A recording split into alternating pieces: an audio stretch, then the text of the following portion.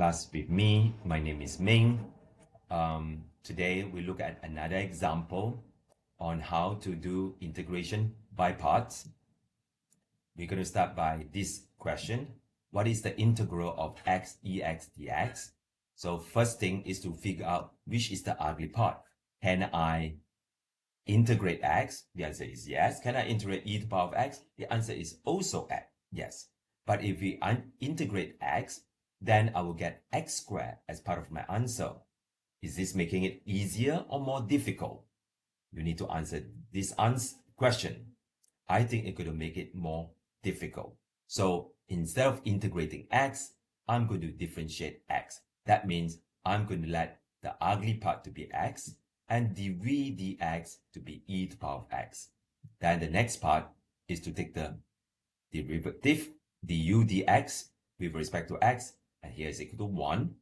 Next, we integrating dv dx with respect to dx is equal to integrating e to the power of x dx. Well, the answer in this case is just e to the power of x. We do not write the constant term, right? Just e to the power of x. And then putting this into the formula, u, this is our x, u is my x, and v is e to the power of x. And then integration of v over here and du dx is 1. So now integrate e to the power of x will give me e to the power of x plus c. That's it. So this will be my answer. Now, what do I do in order to verify whether this is the answer or not?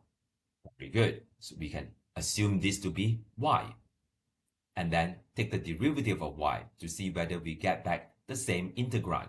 If it yes, then our answer is correct. So here, take the derivative of x ex, so I get 1 times e to the power of x minus x e to the power of x, derivative of that is e to the power of x, that is just the power rule, minus e to the power of x plus derivative of constant is 0.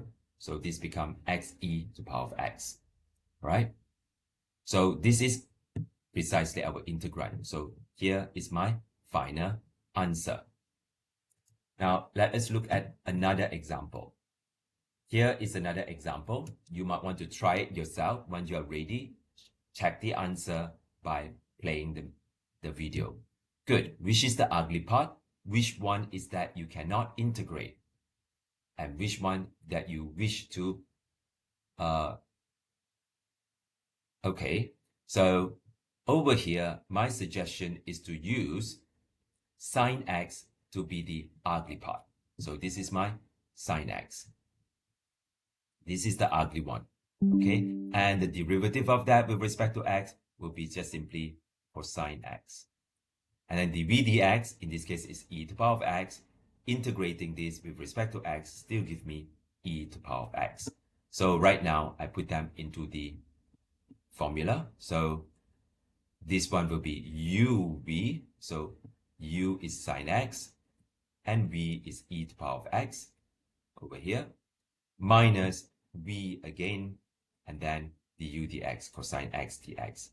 And if you do this one by one, so this is e to the power of x cosine x. So that means I need to do integration by parts again.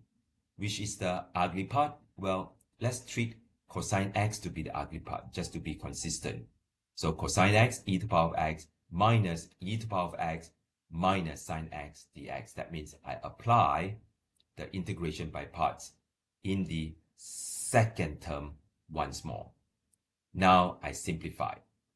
Okay, so e to the power of sine x minus e to the power of x cosine x minus integration of e to the power of x sine x dx. Have we seen this before? Yes, we have seen this before. That it was our original question. So I can group up the two ex sine x, for example.